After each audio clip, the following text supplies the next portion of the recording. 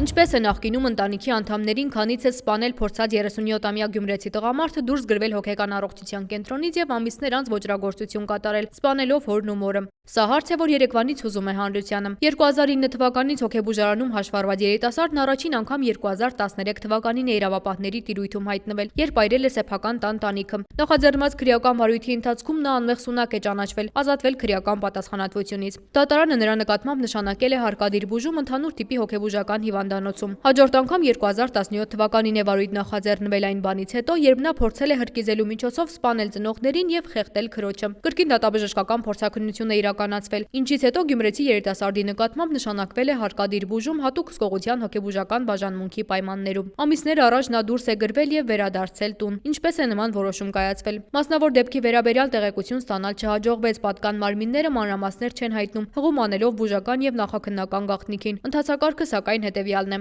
Հարկադրական բուժումը վերանում է, երբ որ հանձնաժողովը գտնում է, որ տվյալ անձնավորությունը այլևս վտանգ չի ներկայացնում իր ներկա վիճակով, ոչ թե 3 տարի հետո վտանգ կներկայացնի, դա որևէ մեկը չի կարող ասել, ոչ առողջ մարդու մասին, ոչ հոգեկան խանգարում ունեցող մարդու մասին, հետևաբար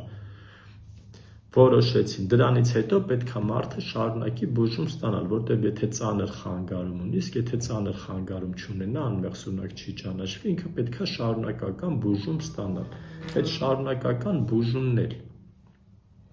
էլի կամավոր է, մարդուն չեն կարող զոռով բռնեն, անընդհատ բուժեն, կա որ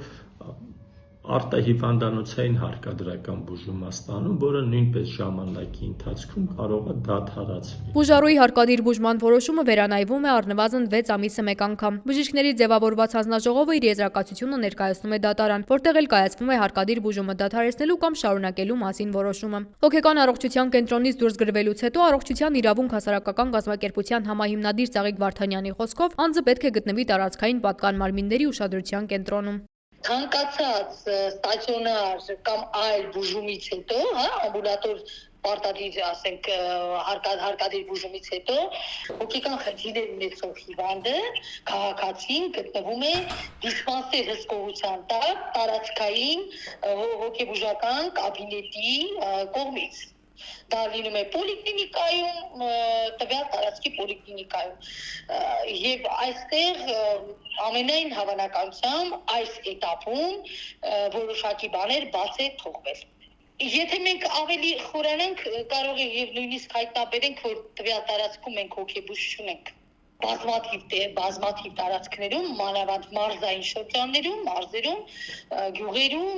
գյուղերի կցված պոլիկլինիկաներում հոգեբուժական ծառայությունը հոգեբուժների պակաս ունի, դա մարզային կազմակերպության նեղ մասնագիտական, այսպես ասած, նեղ մասնագետների պակասի մասին է խոսում։ Այդտեղ երկու բաժին կա, մեկը առողջապահական ծառայությունները, որոնք պետք է մարդուն դեղ տան եւ բուժում նշանակեն, բայց առողջապահական ծառայությունները լիազորություն չունեն մարդուն զոռով դեղ տալու։ Բայց իրավապահ մարմինները իրանք ընդհանուր օպերատիվ վիճակն են վերահսկում եւ եթե որևէ մեկը անկախ խանգարում ունեցել է, չի ունեցել, դեպք արձանագրվել է, որ ինքը հակված է եղել իրավախախտման, երևի ավելի ուշադիր պետք է լինեն նման անձանց նկատմամբ։ Թե որ օղակն է թերացել, Ծաղիկ Վարդանյանը հստակ ասել չի կարող։ Նշում է, իրավապահները միայն կարող են տալ այդ հարցերի ճշգրիտ պատասխանը։ Սակայն ակնհայտ է, որ թերացումներ եղել են։ Դեպքի մանրամասներին ծանոթանալու նպատակով հասարակական կազմակերպությունը հարցում է ուղարկել առողջապահության նախարարություն։ Հարցում եմ ուղարկել մի շարք հարցապնդումներով, որպեսզի գոնե առնվազն հասկանալի լինի, թե որտեղ է թերացումները եւ այսուհետ ինչպես պետք է վերաբերվել եւ ինչպիսի փոփոխություններ կարելի է առաջարկել, որպեսզի նման իրավիճակներ չկրկնվեն։ Սա ամենակարևորն է։ Այսինքն որտեղ ենք թերանում, որ օղակում է թերացումը, որպեսզի նորից նման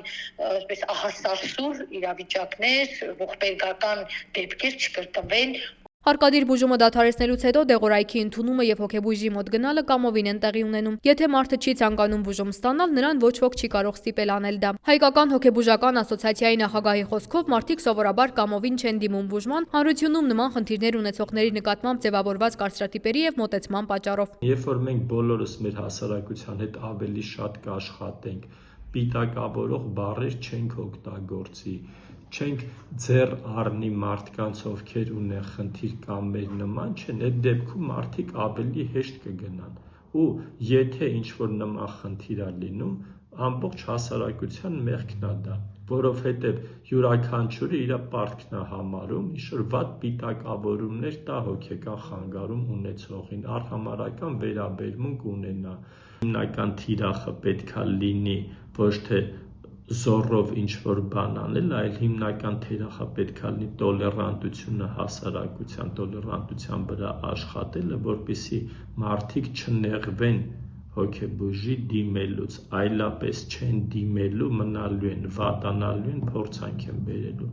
Հոգեկան առողջության խնդիրներ ունեցող անձանց բուժումը կամովին դարձնելը ոչ պատշաճ հսկողության եւ բուժման ընթացակարգերի դեպքում կարող է վտանգներ առաջացնել, ինչպես դա եղավ Գյումրիում։ Մյուս կողմից, սակայն, պարտադիր բուժման մեխանիզմը խախտում է մարդու իրավունքները։ Սա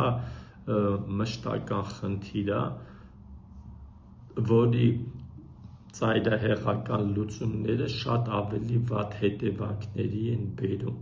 Որ օղակներն են թերացել եւ արդյոք հնարավոր էր կանխել ողբերգությունը։ Արդյոք քննության առարկա կդառնա նաեւ այն, թե ինչ հանգամանքներում են Արեգ Ադամյանին հոգեբուժարանից դուրս գրելու որոշում կայացվել։ Արդյոք դուրս գրվելուց հետո պատկան մարմիններն այցելել են ընտանիքին հետաքրքրվել նրա վիճակով։ Այս հարցերի պատասխանները ստանալն այս պահին գրեթե անհնար է։ Գործին առնչվող պետական բոլոր մարմինները շատ փակ են։ Ինֆորմացիա այս հարցերով չեն տրամադրում, վկայակոչելով բժշկական գաղտնիքը։